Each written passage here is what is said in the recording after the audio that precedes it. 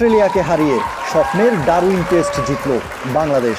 না কোনো অঘটন নয়, ডোমিনেট করে চোখে চোখ রেখে টানা 4 দিন লড়াই জারি রেখে এই জয় ছিনিয়ে এনেছে বাংলার ছেলেরা।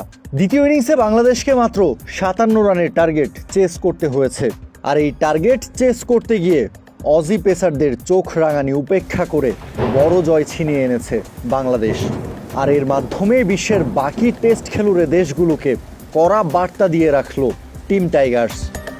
সাদমান মমিনুলদের ব্যাটিং দৃঢ়তায় পাওয়া এই জয়ে ডারউইনের মারারা ক্রিকেট স্টেডিয়ামের গ্যালারি তখন বাংলাদেশি সমর্থকদের দখলে। চারদিকে তখন বাংলাদেশ ধ্বনিতে মুখরিত। ক্যামেরুন গ্রিনের সেঞ্চুরিতে স্বস্তি ফিরেছে অস্ট্রেলিয়ার ডাগআউটে।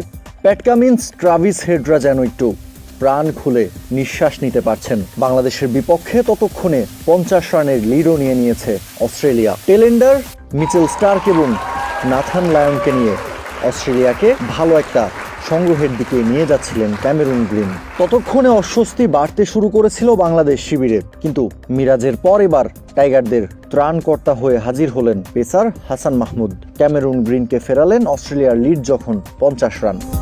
এরপর নাথান লায়নকে এলবিডব্লিউর শিকার বানিয়ে ফেরান মেহেদী হাসান মিরাজ। তুলে নেন নিজের ফাইফার। মাত্র 56 রানেই অল আউট হয়ে যায় অস্ট্রেলিয়া। বাংলাদেশের সামনে এখন মাত্র 57 রানের টার্গেট। আর এটা ভেদ করতে পারলেই ঐতিহাসিক একটা টেস্ট ম্যাচ জিততে যাচ্ছে বাংলাদেশ। ক্যামেরুন গ্রিন এবং মিচেল স্টার্কের 43 রানের পার্টনারশিপ ভেঙেছেন তাসকিন আহমেদ। লাঞ্চ ব্রেকের ঠিক পরপরই আরও একটা উইকেটের দেখা পেল বাংলাদেশ। অফ স্টাম্পের বাইরে পিচ করা তাসকিনের লেন্থ বলটায় ব্যাট চালাতে গিয়ে লিটনের হাতে ক্যাচ তুলে দেন মিচেল স্টার্ক। উদযাপনে মাতে গোটা বাংলাদেশ দল। আম্পায়ারও আঙুল তুলে জানিয়ে দেন আউট হয়েছেন স্টার্ক, কিন্তু স্টার্ক রিভিউম্যান, কিন্তু শেষ পর্যন্ত নিজের উইকেটটা আর বাঁচাতে পারেননি। এরই মধ্য দিয়ে অস্ট্রেলিয়ার 8টা উইকেট তুলে নিয়েছে বাংলাদেশ। এখন তাসকিনদের সামনে লক্ষ্য থাকবে যত কম রানে আটকে দেয়া যায় অজিদের, তত দ্রুতই ডারউইন টেস্টে জয়ের দেখা পাবে সফরকারীরা। 7 উইকেট হারিয়ে অস্ট্রেলিয়ার স্কোরবোর্ডে 228 রান। হাফ ছেড়ে বাঁচলেন কমেন্ট্রি বক্সে থাকা সাবেক অজি ক্রিকেটার ডেভিড ওয়ার্নার। কেননা ইনিংস ব্যবধানে ডারউইন টেস্টে হারতে হচ্ছে না অস্ট্রেলিয়াকে। বাংলাদেশকে দ্বিতীয় ইনিংসে ব্যাট করতে পাঠাতে পারছে অজিরা, এটাই যেন ওয়ার্নারদের সবচেয়ে বড় প্রাপ্তি। অস্ট্রেলিয়ার রান যখন 228 হলো, তখন গ্যালারিতে থাকা দর্শকরাও দাঁড়িয়ে হাততালি দিচ্ছিল। বাংলাদেশের বিপক্ষে ইনিংস ব্যবধানে হার এড়িয়েছে অস্ট্রেলিয়া। এই খুশিতেই আত্মহারা অস্ট্রেলিয়ান সমর্থকরা। অ্যালেক্স ক্যারি, বেও ওয়েবস্টার, এরপর প্যাট কামিন্স, মেহেদী হাসান মিরাজের বোলিং তোপে ছিন্ন ভিন্ন অস্ট্রেলিয়ান ব্যাটিং লাইন আপ।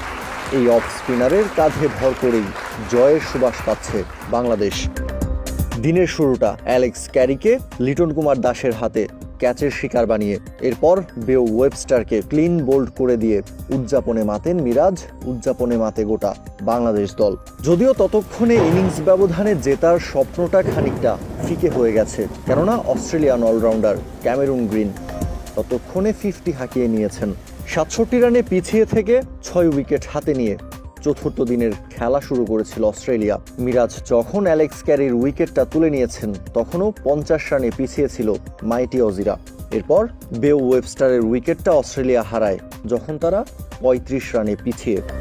বাংলাদেশের দেয়া 228 রানের লিড কাটাতে অস্ট্রেলিয়ার দরকার আর মাত্র 21 রান। উইকেটে তখনও টিকে আছেন ক্যামেরুন গ্রিন এবং অস্ট্রেলিয়ান ক্যাপ্টেন প্যাট কামিন্স। খানিকটা অস্বস্তি বাড়ছিল বাংলাদেশ শিবিরে, কিন্তু সেই অস্বস্তিটা আবারও দূর করেছেন মেহেদী হাসান মিরাজ।